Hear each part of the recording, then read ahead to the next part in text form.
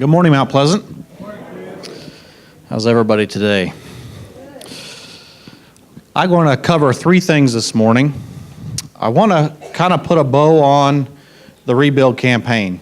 It's been 3 years now. We're coming to the end of it. I want to talk about that a little bit. Secondly, I want to talk about our short-term plan, the next few years, kind of what's in store there. And then lastly, I want to talk about our long-term vision and where we want to go. So as you can see, there we go. As you can see on the screen, this is the chart we've been watching for a while. Our giving still remains good. That target line on there is set at about $16,000, and you can kind of see just from the graph itself that we probably average $16,000 to $17,000 a month through the rebuild process. Now, we've had several other like large gifts where people cash in some stock or something like that, but on average, we're averaging $16,000 to $17,000 a month in rebuild giving. So I wanted to take note of that, and I'll talk about that a little bit more here in just a minute. If we go on to the next slide, this just shows where we're at overall. We're 82% of the gifts have been collected from our commitments. So there's a few of us out there that still have a little bit more of their commitment to finish out, and we'd invite you guys to do that here before the end of the year. Next slide. So this is where we stand financially with the rebuild project at the moment. You can see the project cost there.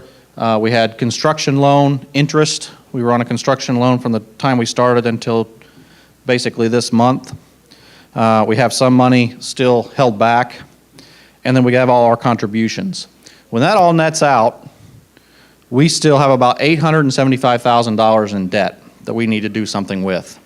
So this month we're going to convert that into a 20-year mortgage with the bank, which means that we're going to have about a $5,500 a month payment to make to satisfy that debt.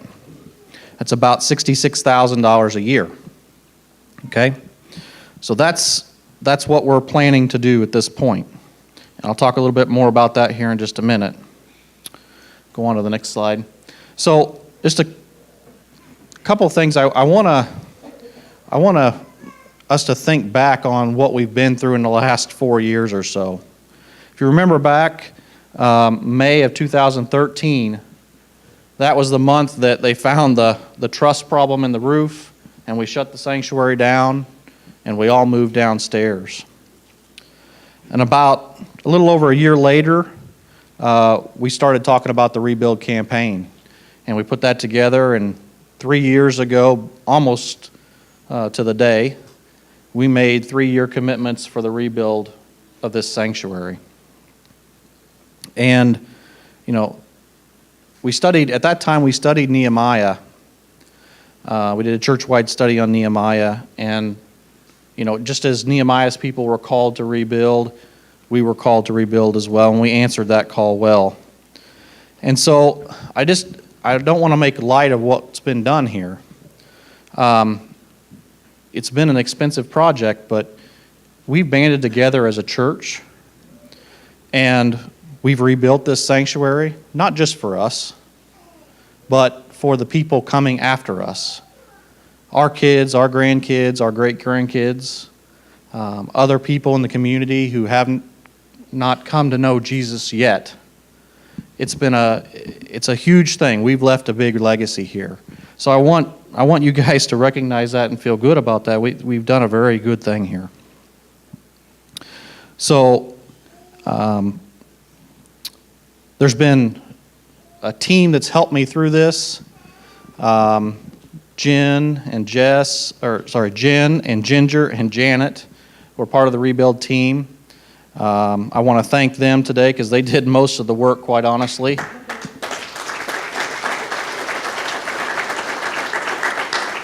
And then I want to thank the staff because they've been great to work with through this whole project. They've been very supportive and very helpful through the whole thing.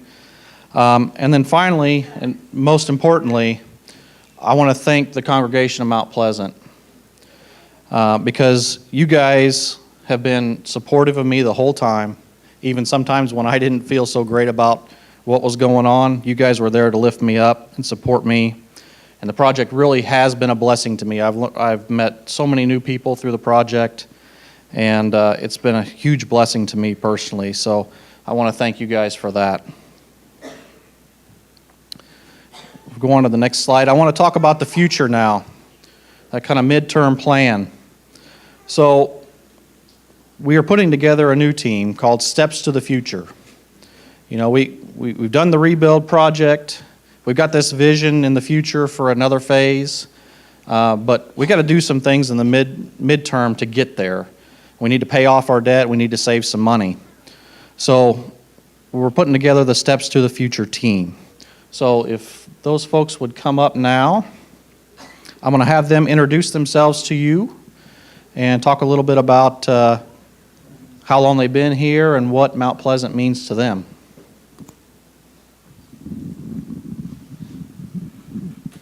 Thank you, Chris.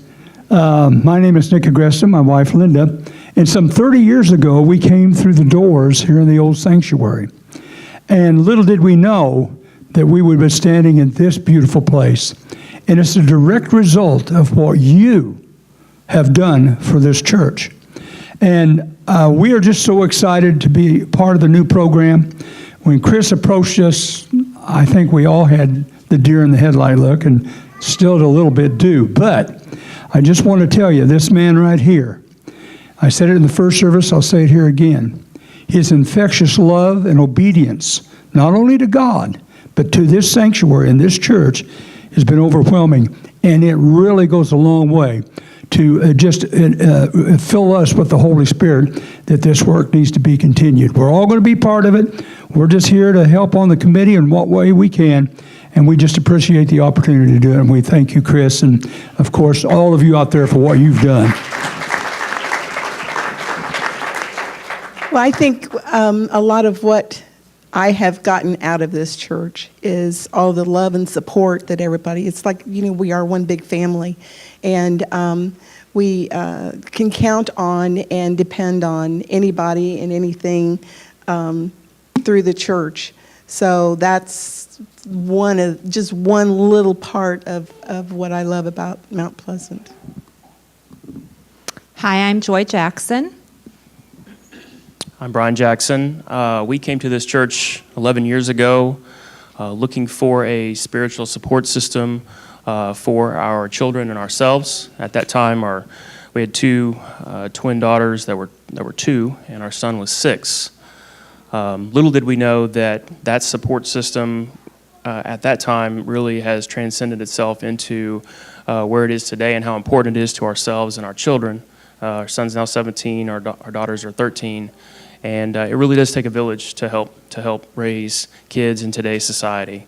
And so the reason we decided to become a part of this is to really pay back for what the church has given us through our marriage, through our children's lives, and pay it forward, as Chris said, for future generations of families that are here today and families that will be here in the future. So, thank you.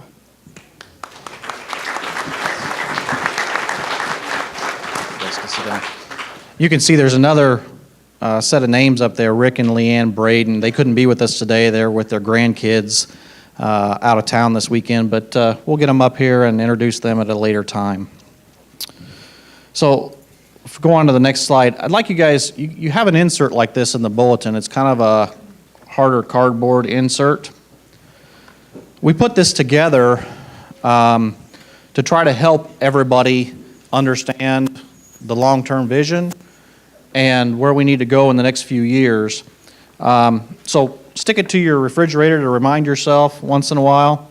But I'm going to be going through a lot of the things on the Steps to the Future side of this. With the graphs and so on. The other side has kind of the budget plan for next year. So you guys are in the loop on that. Okay, so as you can see, this is kind of a midterm plan here. And we've got different colored bars up here. I mentioned earlier that we got a $66,000 a year mortgage to pay. So the blue bars up here represent that $66,000. The red represents some repairs that we need to do next year. We had some storm damage this spring with the roof over the office area and over the fellowship center. Those roofs were put on approximately 20 years ago, and they're showing some wear and some damage. Aaron Mackey's been good enough to kind of keep things patched up for now and keep it from leaking, but we need to replace those roofs next year. Additionally, we've already seen in the last few years a lot of our heating and cooling units, they were put in about that same time, and they're starting to go bad on us now, and we're having to replace them kind of on an emergency basis at this point. So we've got some more of that we need to get done. And then we'd like our sign out here, we'd like to do some updates to our sign out here and actually put our name on it. Would be a nice thing. So we're working towards that as well. All of that together, we're estimating is going to cost about $100,000. It's a big bill, but it's something that we need to get done, hopefully in 2018. And then if you look at the green bar, the green bars represent debt reduction. That's bringing our principal balance down. So, for example, in 2018, it shows $34,000 in debt reduction. And then in the future years, you can kind of see we don't have the red emergency costs. We have just the debt reduction and the mortgage to pay. So this is the premise for this is, and I'll go back to what I said earlier. Each month through the rebuild process, we've been given $16,000 or $17,000 a month. If we just take that and everybody just makes a decision to continue to do what they've been doing to this point, if we just continue that regular giving, that's about $200,000 a year. So you can see I have the $200,000 circled, and all this is predicated on that $200,000. So if we decide that that's what we can continue to do, what we've been doing, this is the plan that'll get us there. Okay, next slide. So if we look at the longer term of this, if we were to do this year over year over year, you can kind of see how the red bars begin to shrink. That's our principal balance. That's how much we're in debt. And in 2024, we get green bars that start to grow. That would be savings. Okay? So we could pay our mortgage off in about 7 years if we follow this plan. We could save another $500,000 in the next 3 years and be prepared to start a phase 2 campaign at that point. So next slide. So my proposal is this. First and foremost, let's make it a focus to go out and reach new people for Christ. That's what we're here for. That's why we built this building. So let's go out there and let's engage those folks and bring more people to Christ. And at the same time, many of you are new, I think, since we did the rebuild project, have come here since then. We'd like you guys to get engaged in the Steps to the Future plan as well and be part of that with us. Secondly, let's continue our regular giving. You can see the budget for operating expenses up here. You can see the building fund assumption of $200,000 in the total budget. That's what we're looking at for next year. Now, the Steps to the Future is going to be a little bit different than the rebuild campaign. We asked you guys to commit to 3 years for the rebuild. That's a lot of things changed in 3 years. This time, we're going to go year by year by year. Okay, so next week, you're going to be asked to make your commitment for the next year. It's only a 1-year commitment. So please, I ask you to consider that, to think about it. And if you remember back when Herb Bawalda came, his motto was always equal sacrifice, not equal giving.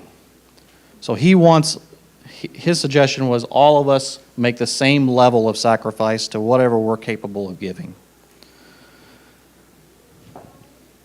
Now, the other thing I want to point out on this slide is it's important for us, when you make your commitment next week, it's important that you make the commitment in terms of operating budget and in terms of building budget. It makes a difference to how the church runs, so we need you to separate into those two areas if you would please. It'll help us out. Now, next slide. Now I want to talk a little bit about the long-term plan. This is our vision for the phase 2. And our vision for phase 2 really was to solve a handful of issues that we typically experience around here. Number one, lobby space is a problem.